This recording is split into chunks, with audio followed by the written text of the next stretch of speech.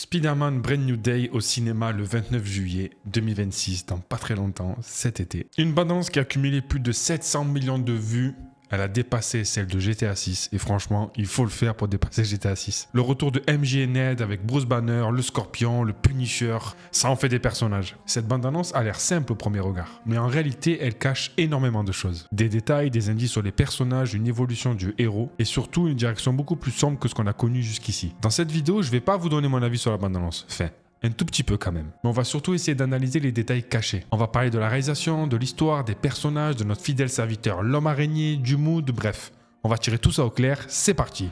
La bande-annonce pose une direction très claire. Un Spider-Man seul, sans repère, qui repart de zéro après Spider-Man No Way Home. On revient à quelque chose de beaucoup plus intime et humain, avec un Peter vulnérable, sans aide, sans technologie, sans Tony Stark, obligé de se reconstruire. À travers les différents plans, on comprend déjà les enjeux. Un isolement total, un retour aux origines, un costume fait maison, une vie précaire, une tension émotionnelle avec ses proches qui ne le reconnaissent plus, et une menace qui semble connaître son secret. Le vrai Spider-Man quoi. Dans le film, il y a beaucoup de plans qui font référence aux comics. On a par exemple ce beau plan au ralenti où Spider-Man affronte sûrement un des membres de la main. Et cette image fait clairement référence à la cover emblématique de Peter Parker, The Spectacular Spider-Man, une série lancée en 1976. Il y a aussi le moment où Spider-Man sauve un citoyen. Et celle-là, elle est pépite. Ce plan fait clairement référence à la cover de Amazing Fantasy numéro 15, le tout premier comics où Spider-Man apparaît. Cette bande dessinée sortie en 62 a été écrite par Stan Lee et dessinée par Steve Ditko, le duo de choc. Et Stan Lee à ce moment-là voulait renouveler l'univers Marvel. Parce que jusqu'ici, la plupart des super-héros étaient des adultes forts, souvent riches et déjà établis, comme Thor, Iron Man ou bien Hulk. Et il sentait que les adolescents ne se reconnaissaient pas vraiment dans ces personnages. Alors son idée était claire, créer un héros jeune, vulnérable, avec des problèmes du quotidien. Finalement, un héros avec lequel les lecteurs pouvaient facilement s'identifier. Et c'est là qu'est né Spider-Man. Cette bande dessinée était sa première apparition et c'est pour ça que je vous dis que ce plan est une pépite. Franchement, c'est trop cool pour nous les fans de voir des plans du film qui rendent hommage aux comics, ça fait vraiment plaisir. Mais ce que je trouve particulièrement intéressant, c'est que le MCU ne se contente pas de copier-coller les comics, mais s'en inspire. Ils prennent des idées, des compositions, des ambiances et les transforment pour les adapter à leur univers. Résultat, on a à la fois du neuf et du respect pour l'histoire originale.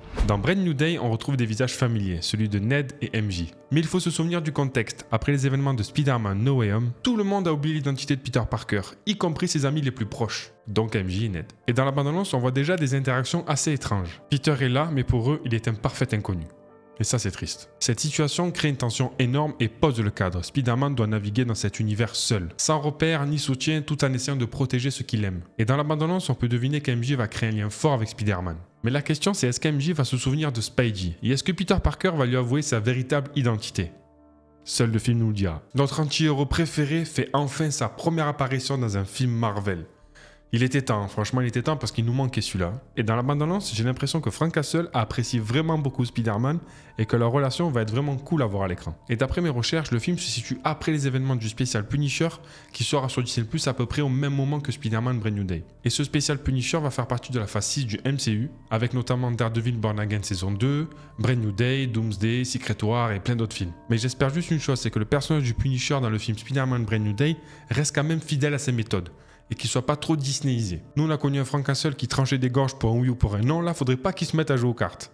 Et ça, c'est ma crainte, ça. Dans la bande-annonce, il y a une scène où Spidey se retrouve face à MJ au sommet d'un bâtiment. Et juste avant, on voit Frank Castle parler à Spider-Man en lui disant qu'il a l'air KO. D'après la photographie et la colorimétrie, j'ai l'impression que ces deux scènes se passent à peu près au même moment. Peut-être que le Punisher vient justement donner un coup de main à Spidey. Bref, en tout cas, je suis trop content de voir le Punisher. En plus, c'est John Pertwee aux commandes, ça va être un kiff. Bon, maintenant parlons rayon gamma. Dans Avengers Endgame, Bruce Banner a réussi à se mettre d'accord avec son alter ego Hulk. Au lieu de voir Hulk comme une malédiction, il a fusionné les deux, son intelligence et la force de Hulk. Et c'est comme ça qu'on obtient Professeur Hulk, une version plus stable et plus contrôlée du personnage. Ensuite, dans la série She-Hulk, qui est une catastrophe, mais il a quand même un rôle assez important en accompagnant sa petite cousine Jennifer Walter. Il aide à comprendre ses pouvoirs, à les maîtriser et à accepter cette double identité. Et dans la bande-annonce de Brand New Day, c'est un peu le même schéma. On le voit donner un coup de main à Peter pour comprendre ce qui se passe. Du coup, ça montre quand même qu'il garde son rôle de mentor scientifique capable d'aider quoi qu'il arrive. Maintenant, si on analyse un peu la bande-annonce, on voit Bruce Banner dans un amphithéâtre à la fin d'un cours. On peut se dire qu'il est peut-être devenu prof à la fac ou alors qu'il intervient de temps en temps histoire de partager son génie, récupérer son chèque et repartir. Mais quand Peter vient le voir pour lui demander de l'aide, Banner lui répond en lui demandant son prénom. Et c'est là que je comprends pas. J'ai l'impression que Banner nous prend pour un con dans la bande-annonce. Parce qu'il faut pas oublier que Banner, il a conçu Vision, il a créé la Hulkbuster, il a créé une machine à voyager dans le temps, et tu vas me dire qu'il n'arrive pas à retenir le prénom de Peter Parker, qui est l'un des élèves les plus brillants de la fac ? C'est bizarre, je sens pas ce truc. Mais bon, faut pas oublier un truc, parce que dans Spider-Man No Way Home, Strange a effacé la mémoire de Peter chez absolument tout le monde. Et à ce moment-là, dans la chronologie, Banner est un professeur Hulk. Mais aussi brillant soit-il, il peut pas contourner le sort, parce que Strange a littéralement modifié la réalité. Je suis sûr qu'il va se passer un truc, parce que Banner aide clairement Peter à comprendre sa mutation, ce qui veut dire que leur relation va forcément évoluer. Alors là, je vais vous parler d'un personnage. On le voit pas dans la bande-annonce, mais c'est l'un de mes personnages préférés de l'univers Marvel, et je vais pas vous mentir, c'est le personnage le mieux développé de toutes les séries Marvel confondues, depuis des années. Et c'est bien sûr Daredevil. Matt Murdock, c'est un pur New-Yorkais. Il respire sa ville, il vit sa ville, il serait même capable de donner sa propre vie pour sauver un chat coincé dans un arbre à Central Park. Je vous jure qu'il serait chaud. Et justement, Spider-Man Brand New Day semble être un film très ancré dans la réalité. Pas d'ennemis cosmiques, pas de multivers, juste lui, ses problèmes et sa ville. Donc pour moi, faut clairement pas exclure sa présence ni même son importance dans le film. Ils évoluent dans le même environnement, ils affrontent des menaces similaires. Et dans les comics, Daredevil devient quand même un allié important de Spider-Man très tôt. Et puis ça serait hyper cohérent, il a déjà fait une apparition dans Spider-Man No Way Home en tant que Matt Murdock pour aider Peter Parker après la révélation de son identité. Et là, je vous jure, je le sens, j'ai un vrai pressentiment parce que les ninjas qu'on voit dans la bande-annonce pourraient appartenir à la main. Et la main, c'est très lié à Daredevil. La main, en gros, c'est une organisation criminelle secrète composée de ninjas très active à New York. Elle mélange crime organisé et pratiques mystiques avec des rituels qui relèvent presque du surnaturel. Dans la série Daredevil de Netflix sortie en 2016, la main, c'est les ennemis principaux du personnage. Ils peuvent ressusciter, manipuler des gens, infiltrer des institutions. Leur objectif est clairement de dépasser le crime classique pour contrôler toute la ville. Et quand je vois ce plan où Spidey saute vers la main avec ses 6 ninjas face à lui, je me pose des questions parce qu'il y en a 3 du haut qui vont clairement vers Spidey, mais les 3 d'en bas, c'est bizarre. On dirait qu'ils vont tout droit, comme s'il y avait quelqu'un d'autre en face d'eux. Et juste en dessous de Spidey, il y a clairement de la place pour une deuxième personne. Parce que rappelez-vous qu'en 2021 avec Spider-Man No Way Home, dans la bande-annonce, quand Spidey saute vers Electro et toute sa ribambelle, là, vous vous rappelez, il y avait clairement de la place pour 2 autres personnes. Et boum, les 2 Spider-Man étaient là dans le film. Parce que Marvel sont très forts pour cacher des personnages, modifier les montages, manipuler les bandes-annonces, donc moi j'en suis sûr. Là, à ce moment-là, Daredevil sera aux côtés de Spider-Man pour affronter la main, je vous le dis. Mais bon, Charlie Cox, l'acteur qui joue Daredevil, il a dit non, moi je serai pas là, blablabla. Bla. On vous croit plus les acteurs. On vous croit plus et moi je vous le dis, je le sens trop. Et en même temps, je veux trop qu'ils soient dans le film Daredevil. Bon, vous le savez, il y a plein d'autres théories autour du film, notamment la présence de mutants avec Jean Grey, qui aurait un rôle assez important, joué par Sadie Sink, celle qui est connue pour Stranger Things. Et en parlant de mutants, dans ce plan-là, je suis sûr que c'est le personnage de Malicia. Je dis ça, je dis rien. Je suis allé jeter un œil à la distribution du film sur Google. Bon, vous le savez déjà, il y a Michael Mando qui revient en Scorpion. Mais j'ai aussi vu Crandon qui jouerait Tombstone. Mais surtout, j'ai vu un truc qui m'a intrigué. Benedict Cumberbatch. Moi, j'ai du mal à le dire, c'est pour ça que j'articule. Benedict Cumberbatch. Du coup, voilà, je l'ai vu dans les distributions et je me dis, oh, il y a Doctor Strange dans le film. Mais bon, moi je pense que c'est une erreur de Google, mais bon, qui sait. Peut-être qu'il sera dans le film. Pourquoi pas? Pour comprendre Brand New Day, il faut revenir en arrière et voir comment Spider-Man a évolué dans le MCU. Dans Spider-Man Homecoming, on découvre un Peter Parker encore très jeune. C'est un ado, enthousiaste, un peu insouciant, qui veut juste prouver qu'il mérite sa place parmi les Avengers. Il fait des erreurs, il agit parfois sans réfléchir, mais on sent déjà son envie de bien faire. Ensuite, dans Spider-Man Far From Home, il commence à évoluer. Il est confronté à plus de responsabilités, surtout après la mort de Tony Stark. Peter est perdu, il doute, il sait pas encore quel héros il veut devenir, mais petit à petit, il commence à prendre des décisions par lui-même et à assumer son rôle. Puis arrive Spider-Man No Way Home. Et là, tout change. La mort de Tante May est un tournant énorme et c'est ce moment qui le fait vraiment grandir. Il comprend enfin ce que signifie être Spider-Man et surtout, il prend une décision très courageuse, faire en sorte que tout le monde oublie qui il est. C'est un gros sacrifice, il perd ses proches, ses repères, mais il le fait pour protéger les autres et surtout ceux qu'il aime. Et là, on passe à un autre niveau parce que dans Brand New Day, on retrouve un Spider-Man complètement seul. Plus d'amis, plus de soutien, plus de filet de sécurité, c'est une renaissance, un retour à zéro. Mais attention, avec toute l'expérience et toutes les douleurs. Et c'est ça qui est puissant, on a suivi un Spider-Man jeune, insouciant, qui a grandi avec nous film après film. Alors qu'on aime ou qu'on n'aime pas les films du MCU, il faut se le dire, niveau développement du personnage, ils ont assuré.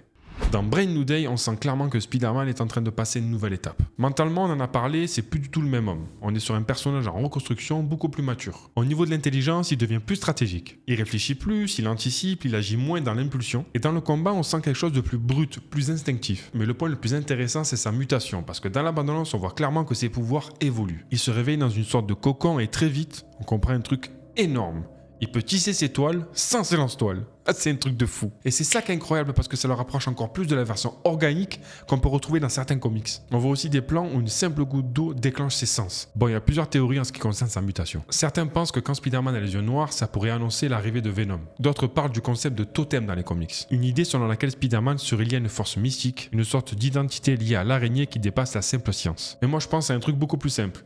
Il atteint simplement le plein potentiel de sa mutation. Mais forcément, ça veut aussi vouloir dire qu'il perd à un moment donné le contrôle. Et à ce moment-là, ça serait totalement logique que des personnages comme Frank Castle ou Bruce Banner interviennent pour le canaliser. La première chose qui m'a frappé quand j'ai vu la bande-annonce, c'est le ton du film. On est sur quelque chose de beaucoup plus sombre, très froid avec une dominante bleue. Et ça tranche totalement avec les films de Sam Raimi qui avaient une image beaucoup plus chaude, très orangée. L'ambiance est urbaine, réaliste et presque oppressante. On est loin du multivers, des enjeux cosmiques, non. Là, on revient aux sources, à un Spider-Man ancré dans la réalité, à l'ancienne. Et la direction artistique joue énormément là-dessus. Avec des couleurs désaturées, une lumière plus dure, tout est fait pour donner une sensation que la ville écrase le personnage. Et la mise en scène va dans ce sens avec certains cadrages serrés pour voir les émotions, ou alors des mouvements de caméra nerveux et un montage rythmé et même parfois brut. Et tout ça au final sert une intention claire. Le film ne veut pas juste nous raconter une histoire. Il sert à nous faire ressentir quelque chose.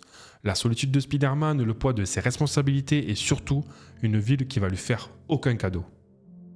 Et voilà, c'est la fin de cette vidéo, j'espère que ça vous a plu. Si c'est le cas, venez bastonner un gros pouce bleu en l'air. Ça fait longtemps que j'étais pas revenu sur YouTube, mais franchement, en ayant vu la bande-annonce, ça m'a trop donné envie d'en faire une vidéo, je serai plus présent. Là, avec la team, on est en train de préparer des contenus hyper sympas, c'est du divertissement lié au cinéma, à la pop culture. Franchement, j'espère que vous allez kiffer. Et bien entendu, notre ADN, on vous prépare un prochain court-métrage qui va sortir sur ma chaîne YouTube. Voilà, n'hésitez pas à vous abonner à ma chaîne, je suis aussi présent sur les réseaux sociaux, Instagram et TikTok. Voilà, soutenez-nous, hein, franchement, ça fait trop plaisir. On se dit à la prochaine, c'était Total Artichaut, heureux de vous avoir diverti. Ciao!